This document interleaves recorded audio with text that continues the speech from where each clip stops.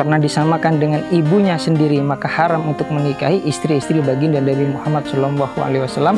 Yani perasaan cintaku kepadamu wahai Aisyah seperti halnya ikatan tali. Beliau cinta karena lillahi ta'ala, jadi merupakan satu-satunya wanita dan sahabat yang banyak meriwayatkan hadis dari golongan seorang perempuan.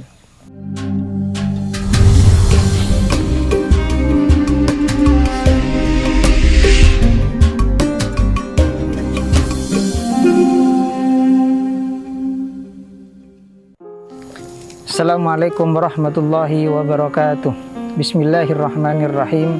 Alhamdulillahi bini'matihi tatimmus shalihat wa bidzikrihi tatanazzalur rahmat wal barakat wa bisyukrihi tazihul khairat. Wassalatu wassalamu ala fakhril kainat sayyidis sadat imamil muttaqin sayyidina wa habibina wa qurrati a'yunina Muhammad sallallahu alaihi wasallam wa ala alihi al-gharril mayamin wa sahabatihi ajma'in, amma ba'du.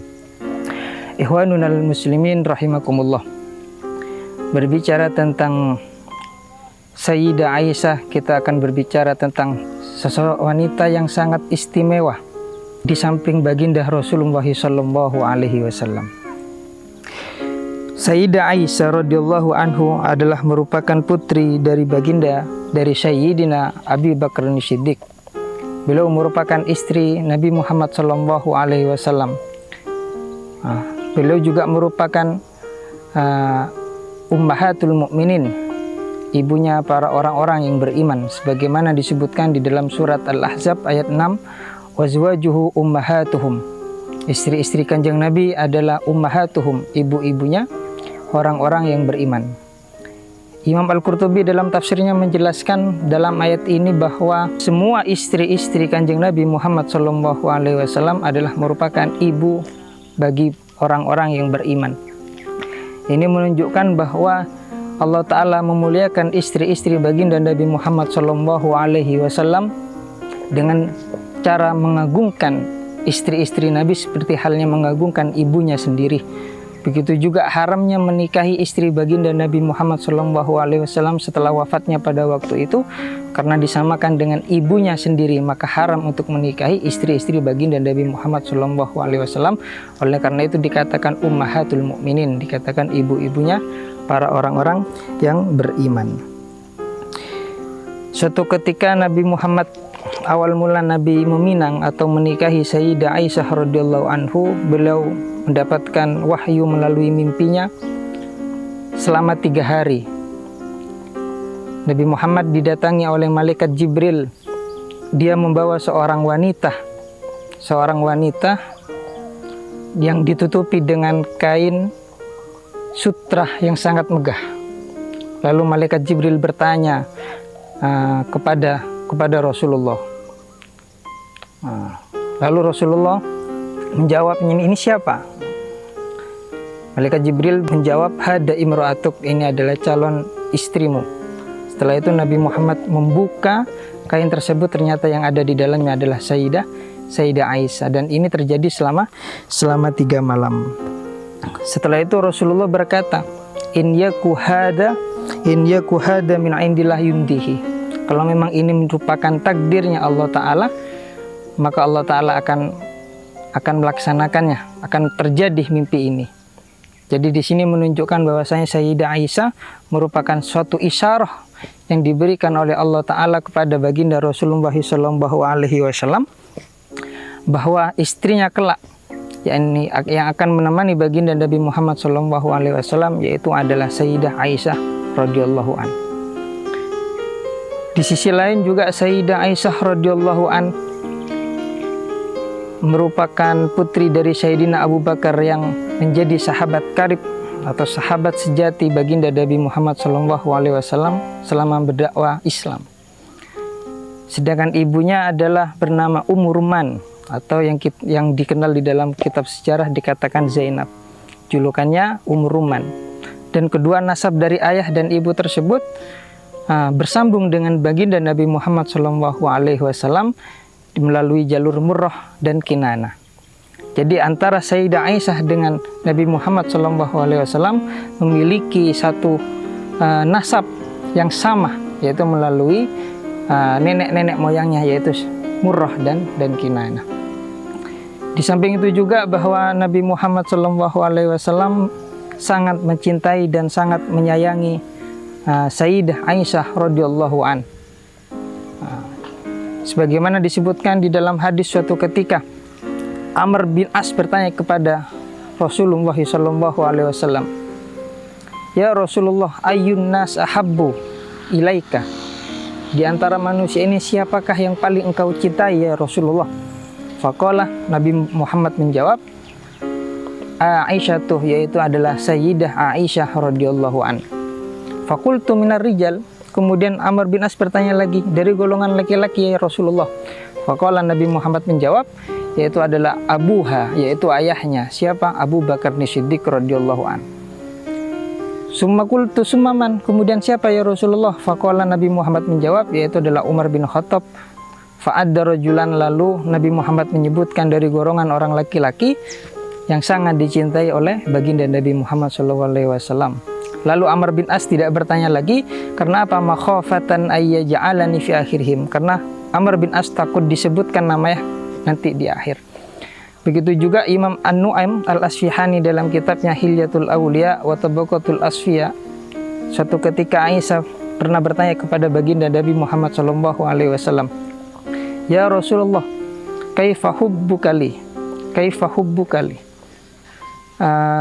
Sebesar apa cintamu kepadaku wahai Rasulullah, katanya Aisyah. Faqala, Nabi Muhammad menjawab, ka'ugdatil habal, yakni perasaan cintaku kepadamu wahai Aisyah seperti halnya ikatan tali.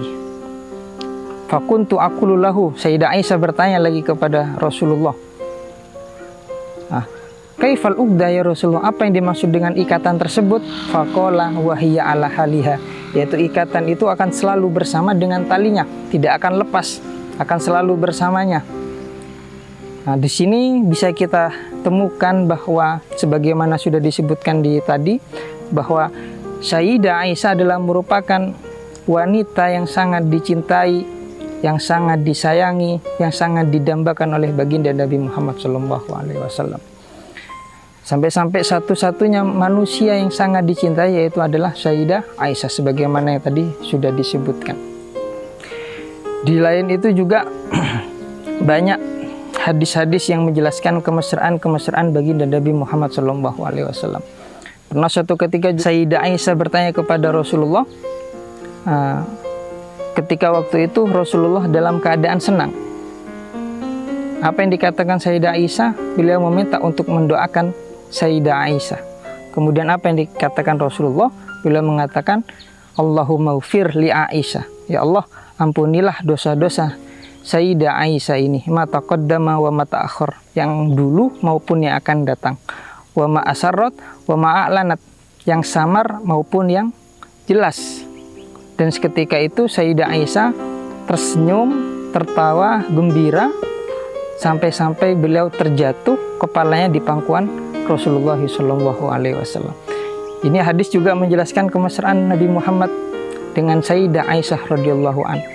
Banyak juga hadis yang menjelaskan bahwa Nabi Muhammad juga pernah bermain lomba lari, juga pernah Sayyidah Aisyah menonton musik dengan baginda Nabi Muhammad SAW.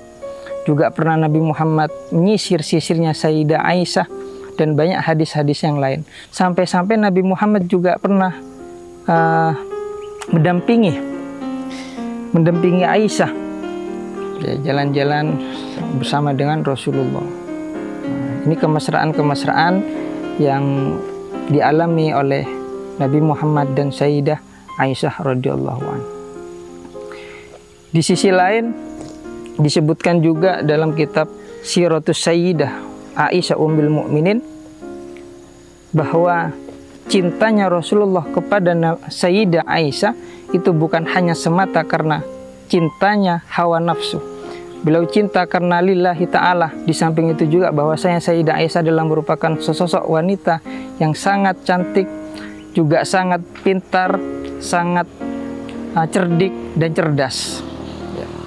Sampai-sampai disebutkan juga kanat Aisyah afqahun nas, Sayyidah Aisyah itu adalah merupakan paling fakihnya, paling alimnya, paling paham fikih di antara manusia-manusia yang lain. Maka tak jarang pada waktu itu banyak para sahabat-sahabat, para tabi'in mencari ilmu kepada Sayyidah Aisyah. Sayyidah Aisyah meriwayatkan beberapa qiraah tentang bacaan Al-Quran, juga meriwayatkan beberapa hadis, yaitu Aisyah radhiyallahu anhu meriwayatkan hadis sebanyak 2210 hadis. Jadi merupakan satu-satunya wanita dan sahabat yang banyak meriwayatkan hadis dari golongan seorang perempuan. Jadi di sini memang bisa disebutkan sejarah singkat tentang Sayyidah Aisyah bersama dengan Rasulullah di dalam mendakwakan Islam. Setelah itu kita bisa mengetahui bahwasanya Nabi Muhammad SAW dengan Sayyidah Aisyah merupakan ikatan tali yang sangat kuat. Cintanya kepada Nabi Muhammad, Sayyidah Aisyah adalah cinta karena Allah Ta'ala, karena mendapatkan wahyu melalui mimpinya. Nah, mungkin dari ini kita bisa mempelajari bagaimana kehidupan Nabi Muhammad bersama dengan Sayyidah Aisyah. Semoga kelak kita nanti bisa meniru tauladan baginda Nabi Muhammad SAW. Sekian dari saya. Wassalamualaikum warahmatullahi wabarakatuh.